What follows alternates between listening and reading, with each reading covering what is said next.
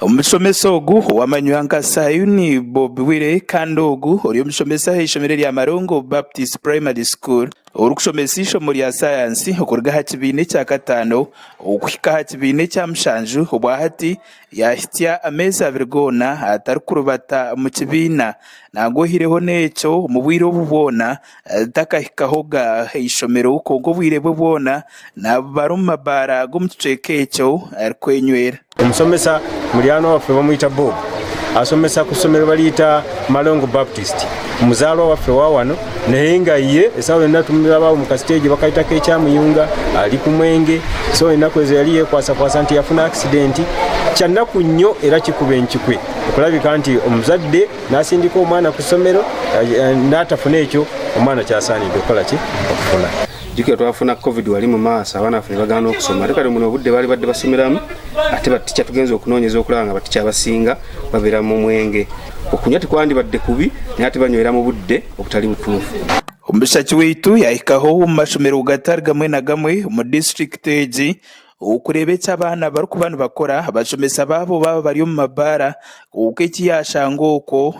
ndikyenda okukyereberaho n'amaisho gawe.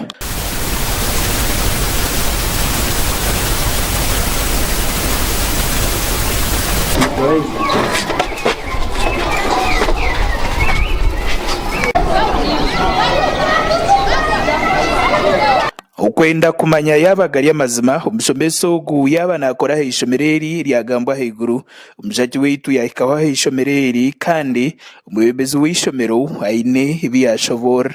Fine muliga somesa nenga bizibu byalina kakati the time he spent in the bar you would spend it in class if you can move to the bar nayogera naye ne mugamba va ku mwingi lwaki tova ku mwingi nanga madam bosobola nfunire eddagala naye kakati nti kyatokweka musomesa simukweze njogedde amazima nti nno omusajja mutamiivu nkyogedde ne mbabuulira nti era namukansolinga. Nabanyuma twahikaho mu mashomero ga gavumenti agatari gamwe na gamwe mu district egi kuka kyashoboroka ngo mu mashomero mengi abashomesa barikuza amashomero waraja ali mugombra ye Marongo akubanduru walaso bayita Rugorogoro Primary School abasomesa abatwalayo nga basiraamu abawedde emirimu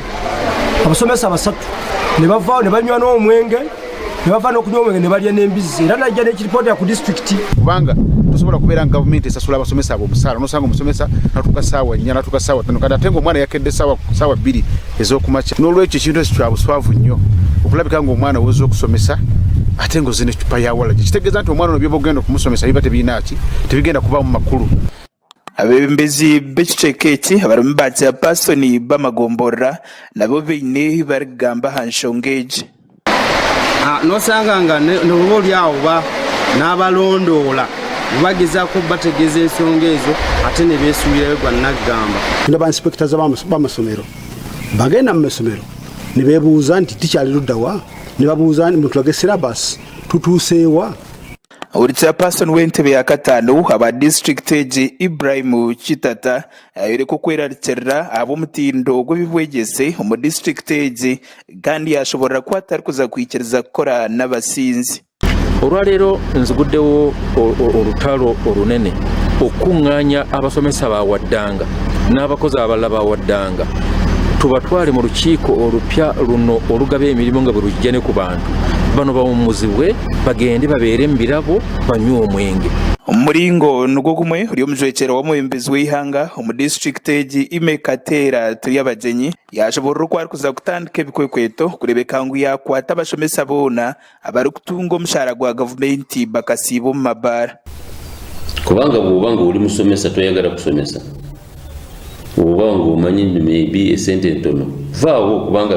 tulina abantu bangi abakoze application abagala ki emirimu.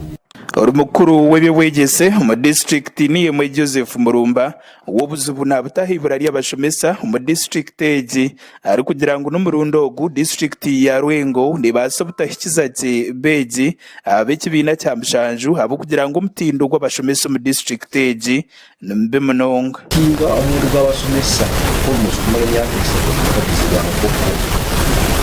okufatikanya service commission ekyo kusomenya service commission eri naye omwaka tugumazeeko. Gasha kwa Bashiru Karema aba Sky TV ya Genshonga.